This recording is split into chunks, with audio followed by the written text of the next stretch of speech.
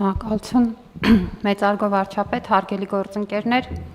հանրակրթության բարեփոխումների շատ կարևոր բաղադրիչ է դպրոցների ֆինանսավորման կարգի փոփոխությունը, որը ուղղված է սպասարկելու եւ ապահովելու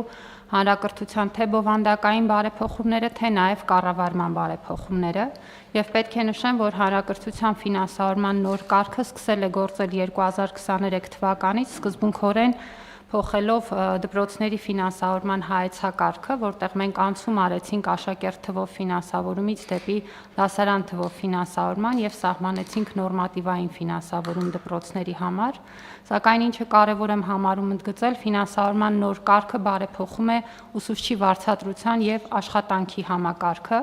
ընդ որում հաշվի առնելով, որ հաճախ շահարկվում է, թե մենք ուսուցիչների վարձատրության բարձրացման ուղղությամբ միայն կամավոր ատեստավորման մեխանիզմն է, որ ներդրել ենք, կարծում եմ սա լավ առիթ է նաև ներկայացնելու մեր ձեռնարկած քայլերի ամբողջ շղթան, որի մի էական մասը հենց ֆինանսավորման կարգի տրամաբանության մեջ է։ Պետք է հիշեցնեմ, որ ուսուցիչների վարձատրությունը մեկ անգամ բարձրացվել է 2019-ին համատարած 10%-ով, այնուհետև 20 թվականին սահմանվել է ուսուցչի վարձատրության նվազագույն շեմ, մինչև սա ընդհանրապես նման ուրեմն մոտեցում չէր կիրառվում եւ 20 թվականից 108,800 դրամը սահմանվեց իբրև ուսուցչի վարձատրության նվազագույն շեմ, սակայն ֆինանսավորման նոր կարգով 23-ից ուսուցիչների նվազագույն վարձատրության նոր չափ սահմանվեց 119,900 դրամ, որը շուրջ 10%-ով ավել էր նախորդ սահմանումից եւ սա արդեն իսկ կարելի է ասել, որ համատարած բարձրացման հաջորդ փուլն էր։ Բացի դրանից ֆինանսավորման նոր կարգով փոխվեց ուսուցիչների դրույքաչափը, նոր չափորոշչի ներդրմանը զուգընթաց,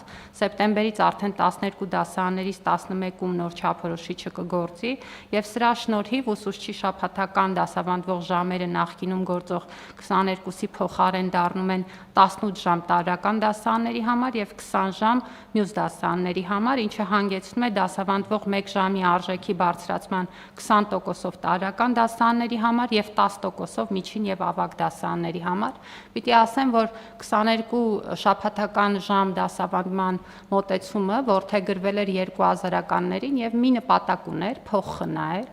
բայց փող խնայել կրթության որակի հաշվին, որովհետև բազմաթիվ հետազոտություններով ապացուցված է, որ ուսուցիչը պետք է ունենա բավարար ժամանակ դասերին պատրաստվելու, դասերի արդյունքները ամփոփելու եւ ինչքան մենք մեծացնում ենք շաբաթական դասավանդվող ժամերի թիվը, այնքան անկում ենք ունենում կրթության որակին, որտեղ ուսուցիչը հասցնում է միայն մի դասարանից մյուսը գնալ եւ այս փոփոխությունը հիմնարար փոփոխություններից մեկն է, որը ուղղված է կրթության որակի բարձրացմանը եւ որը պետության վրա ունեցել է միլիարդավոր նոր ներդրումների անհրաժեշտություն կրթության ոլորտում։ Պետք է ասեմ, որ կրթության որակին ուղղված ֆինանսավորման կարգի մի շարք այլ փոփոխություններ ենք արդեն իսկ ներդրել, որոնք նոր չափորոշչի մասն են, մասնավորապես առաջադիմության խնդիր ունեցող երեխաների համար մենք վերցրել ենք պարտավորություն կրթական հավելյալ ծառայություն տրամադրելու եւ նախորդ ուսումնական տարում, որ այս արդեն ավարտվում է,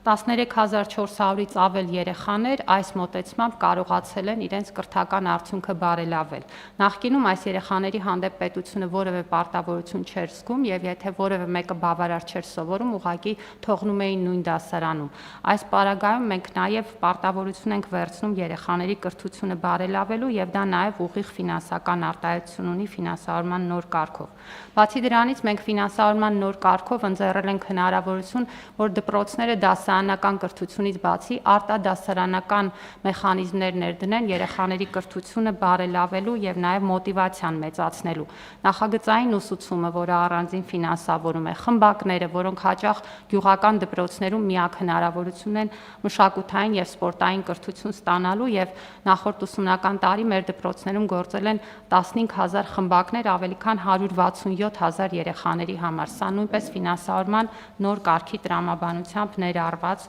գործընթաց է։ Բացի դրանից, ֆինանսավորման նոր կարգով մենք ներդրել ենք լաբորատորիաների պահպանման եւ լաբորատոր նյութերի ձեռքբերման ծախսերը։ Կառավարության ծրագրի շատ կարևոր մաս էր լաբորատորիաների ստեղծումը,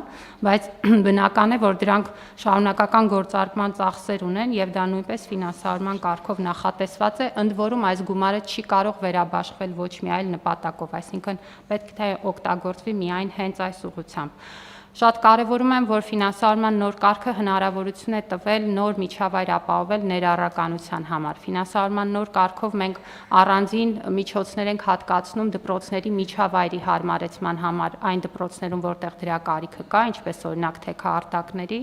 եւ բացի դրանից առանձնացված է յուրաքանչյուր առանձնահատուկ պայմանների կարիք ունեցող երեխայի համար խելամիտ հարմարեցումների ֆոնդ, որը թույլ է տալիս երեխայի կրթությունը կազմակերպել ավելի արդյունավետ։ Մեր բոլոր դպրոցներում ֆինանսավորման նոր կարգով ներդրվել է հոգեբանի հաստիքը, այժմ մեր դպրոցներում 900-ից ավել հոգեբաններ են աշխատում եւ իդեպ կառավարության ընդամենը մի քանի նիստ առաջ մենք կայացրեցինք որոշում նաև նրանց կամավոր ատեստավորման մեխանիզմի ներդրման եւ այս տարի հոգեբանները նույնպես հնարավորություն կունենան ատեստավորման մասնակցել։ Ֆինանսավորման նոր կարգով նաև բազմաթիվ այլ բարեփոխումներ են արվել, կանոնակարգվել են դպրոցների պահպանման, կոմունալ ծախսերը, գործող հաստիկները, յուրաքանչյուրի գործառույթն ու աշխատանքների նկարագիրը,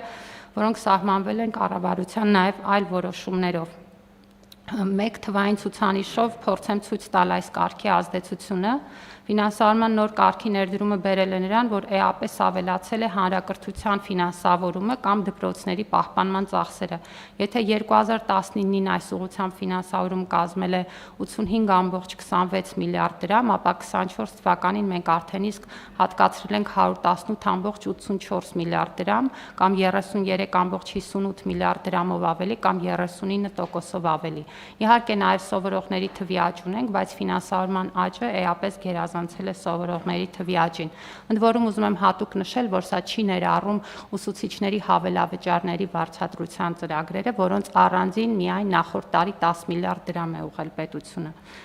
Հիմա այս նախագծով մենք ինչ ենք իրականացնում, դպրոցների ֆինանսավորման կարգը նախկինում բաղկացած էր երկու մասից, գործակիցներն ու նորմատիվները հաստատվում էին նախարարի հրամանով, կառավարության որոշմամբ հաստատվում էր ֆինանսավորման մեթոդաբանությունը, ներկայացված նախագծով մենք առաջարկում ենք դրանք հաստատել կառավարության մեկ որոշմամբ, հաշվի առնելով, որ դրանք փոխկապակցված են եւ ավելի ուրեմն տրամաբանական կգործեն, նաեւ նոր նախագծով նախատեսում ենք, որ կառավարության որոշմամբ ուսումնական հաստատությունների խնայողությունների եւ տնտեսումների մի մասը կկարողանանք ուղղել դպրոցում առկա այլ խնդիրների լուծմանը, իհարկե նույնպես կառավարության համապատասխան որոշումներով, ասեմ, որ սա շատ կարևոր ճկունություն է դպրոցներում առաջացող ընթացիկ խնդիրները կարգավորելու համար, նախորդ տարի 500 դպրոցում 800 միլիոն դրամի կապիտալ աշխատանք է արվել այս անհրաժեշտ ուղղություններով։ Նախատեսում ենք նաև նախագծով ներդնել էլեկտրոնային ուսուցում իրականացնող մենթոր դպրոցների ուսուցիչների աշխատանքների համակարգողի լրավճարը։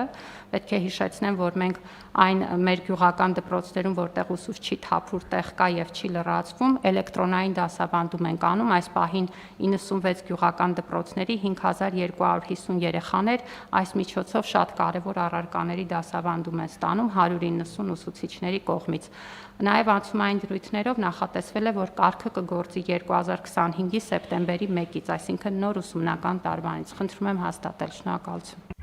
Տիկին Անդրեասյան, երկու դիտարկում տեսեք, որ մենք ասում ենք ուսուցիչներին նվազագույն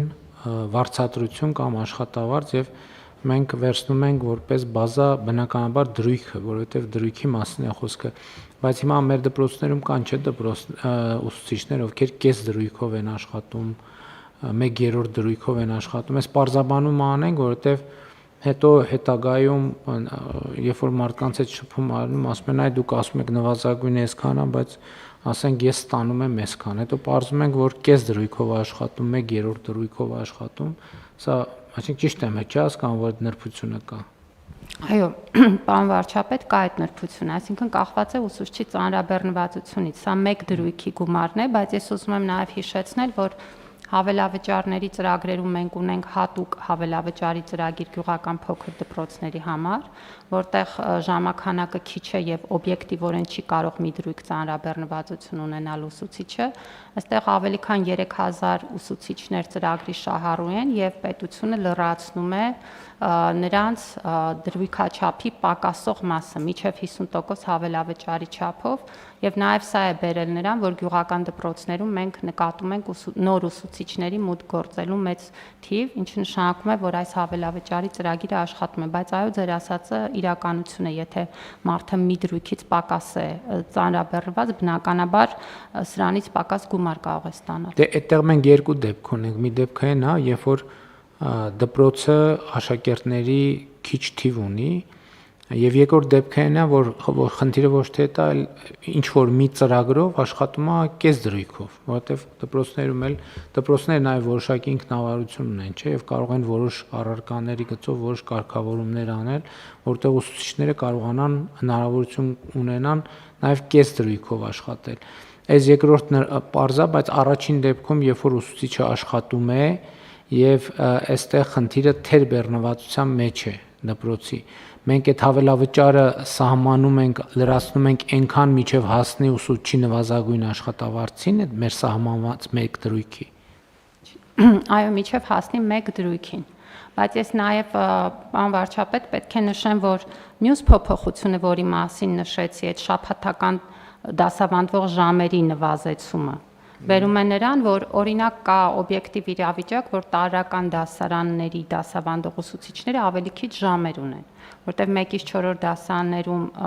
առարկաների թիվը ավելի քիչ է, օրվա դասերի թիվը ավելի փոքր է, եւ օրինակ դասվարները երբեք չէին կարող շաբաթական 22 ժամ դասավանդել, նույնիսկ եթե իրենք դասավանդում են մեծ դպրոցում, եւ 18 ժամ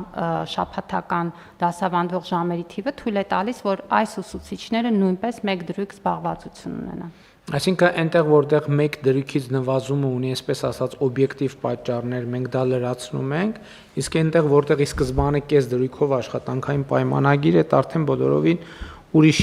իրադրություն է եւ մենք ըստ այդմ ենք վերաբերվում դրան։ Հաջորդ հարցը, որի մասին կուզենայի խոսել, խոսքը առաջադիմության խնդիրներ ունեցող երեխաներին աջակցելու մասին է։ Իհարկե, այն որ մենք սկսում ենք աջակցություն այդ երեխաների, այդ շատ կարևոր է, բայց ինձ թվում է մենք պետք է նաև զուգահեռ մոնիտորինգի ենթարկենք, որովհետև դա եթե մի դպրոցում մենք տեսնում ենք, որ անընդհատ շարունակաբար կամ այդ թվի նվազում չունենք կամ անընդհատ աճ ունենք կամ ստաբիլություն ունենք, այդտեղ ուրեմն դպրոցում խնդրեմ կա, որովհետև շատ լավ նախորդող շրջանում ինչ որ համակարգային խնդիրներով եկել կուտակվել է, մենք պարզա որ մենք երեխաներին պետք է աջակցենք, բայց մյուս կողմից հանկարծ մենք մեխանիզմ չստեղծենք, որ դպրոցներում այսինչ լավ է, մենք չենք հասցնում, առաջադիմություն չունենք եւ հետեւաբար մեր ֆինանսավորումը դրանից ավելանում է։ Եթե 1-2 ստեղ մենք պետք է ճիշտ բանաձևեր դնենք, որ տեսնենք, որ դա այդտեղ առաջադիմության խնդիրներ ունեցող երեխաների ստաբիլ իրավիճակ կա կամ ստաբիլ աճ կա, այդ նշանակում է, որ մենք պետք է գնանք դպրոցներում վարչական բնույթի որոշում, կազմակերպչական բնույթի որոշումներ կայացնելու եւ իմիջիայլոց պետք է իմ կարծիքով որևէ ձևով, դա որևէ բանաձևով, չեմ ասում, որ դա տենց հստակ անմիջական պատճառահետևանքային կապ ունենա, բայց դա պետք է նաեւ դպրոցներում աշխատանքային պայմանագրեր խզելու հիմք դառնա, որովհետեւ եթե մի անգամ, 2 անգամ, մի տարի, 2 տարի անընդհատ ստաբիլ նույն առարկաներից, նույն ուսուցիչների մոտ, նույն ստաբիլ թվով երեխեքը առաջադիմության խնդիր ունեն, այդտեղ ուրեմն մենք պետք է գնանք խորանանք, հասկանանք ինչն է դրա պատճառը։ Աջակցություն, բայց դա նաև ազդակա, որ դպրոցում մի բան այն չի։ Համայնքում մի բան այն չի, չգիտեմ, միջավայր մի բան այն չի։ Որտեղ այն չի։ Գնանք գտնենք որտեղ այն չի, այնտեղ որտեղ նախարարությունը պետք է զբաղվի նախարարությունը, որտեղ համայնքը, որտեղ աշխատանքի եւ սոցիալական հարցերի նախարարությունը, սոցիալական ծառայությունները, որտեղ ոստիկանությունը, բայց այդ դա մեզ համար չպետք է լինի սովորական բան, դե հա դե երեխեքը առաջադիմության խնդիր ունեն, եկեք ուղղակի ֆինանսավորումը ավելացնենք։ Պարոն վարչապետ, բնականաբար այդ բոլոր ռիսկերը հաշվի առնված են եւ նաեւ ցուցանիշը, որ մենք խոսում ենք 13494 երեխաների մասին 430,000-ից, այսինքն իրականում այս համամասնությունն էլ ցույց է տալիս, որ մենք խոսում ենք համեմատաբար ավելի փոքր խումբ երեխաների մասին, բայց նաև ուզում եմ հիշեցնել, որ այս բոլոր մեխանիզմները դրված են նաև դպրոցի տնօրենի ատեստավորման կարգում, այսինքն ի վերջո մենք ներդրել ենք նաև դպրոցի տնօրենների ոչ միայն նշանակման նոր համակարգ, նոր պահանջներով, այլ նաև ատեստավորման պահանջ ենք դրել, որը մյուս կողմից նրանց վարձատրության բարձրացման հնարավորություն է տալիս, բայց մեր համար էլ դարձնում է շատ ավելի պարզ եւ հաշվետվողական նրանց աշխատանքը եւ եթե որևէ դպրոցում կրթության որակը չի փոխվում, ձեր նշած առաջադիմության խնդիր ունեցող երեխաների թիվը չի պակասում, ավելին շարունակաբար գրանցվում է նույն առարկաներից նույն ուսուցիչների մոտ, այստեղ ուրեմն առաջին հերթին մենք ունենք խնդիր դպրոցի կառավարման մասով եւ վստահաբար այդ որոշումները աշխատանքից ազատման դպրոցում անհրաժեշտ միջամտության օրենսդրորեն բոլորը սահմանված են, բայց նաեւ ուսուցիչների մասով մենք ներդրել ենք ուսուցիչների մասնագիտական զարգացման նոր համակարգ, որտեղ ամեն տարի ուսուցիչը գնահատվում է եւ ուսուցչի գնահատումը տեղի է ունենում իր կողմից, ինքնագնահատումը եւ նաեւ դպրոցի տնօրենի կողմից եւ դրանից հետո ուսուցիչը գնում է վերապատրաստման ըստ այն կարիքի, որը բացահայտվել է, օրինակ եթե որևէ ուսուցիչ չի կարողանում երեխաներին լավ բացատրել եւ վերապատրաստող կազմակերպության աշխատանքի արդյունքում մենք կարող ենք տեսնել դպրոցի տնօրենն ու ուսուցիչը ինչքանով են օբյեկտիվ եւ արդար եղել իրենց կարիքների գնահատման գործընթացում, այսինքն ասածս այն է, որ ձեր նշած ռիսկը մենք ուշադիր ենք եւ մոնիտորինգ ենք իրականացնում այս ծրագրի նկատմամբ, բայց դրված են այն մեխանիզմները, որ թույլ չտան այդ չարաշահումները եւ իմ տպավորությամբ այս պահին մենք հակառակը ունենք դրական էֆեկտ, որտեղ օրինակ երբ որ դասարանում երեխաների թիվը մեծ է, ուսուցիչը ֆիզիկապես չի հասցնում բոլոր երեխաներին անհրաժեշտ ուշադրությունը տալ եւ կան երեխաներ, որոնք ավելի դանդաղ տեմպով են սովորում, քան մյուսները եւ այս երեխաների հետ հավելյալ աշխատանքի հնարավորություն է ստեղծվում եւ սա չի կուտակվում, սա է շատ կարեւոր, այսինքն երեխան մի թեման լավ չյուրացրեց, ունի հնարավորություն մեկ անգամ հավելյալ դաս վերցնի, յուրացնի եւ միանա իր ընկերներին։ Շատ լավ։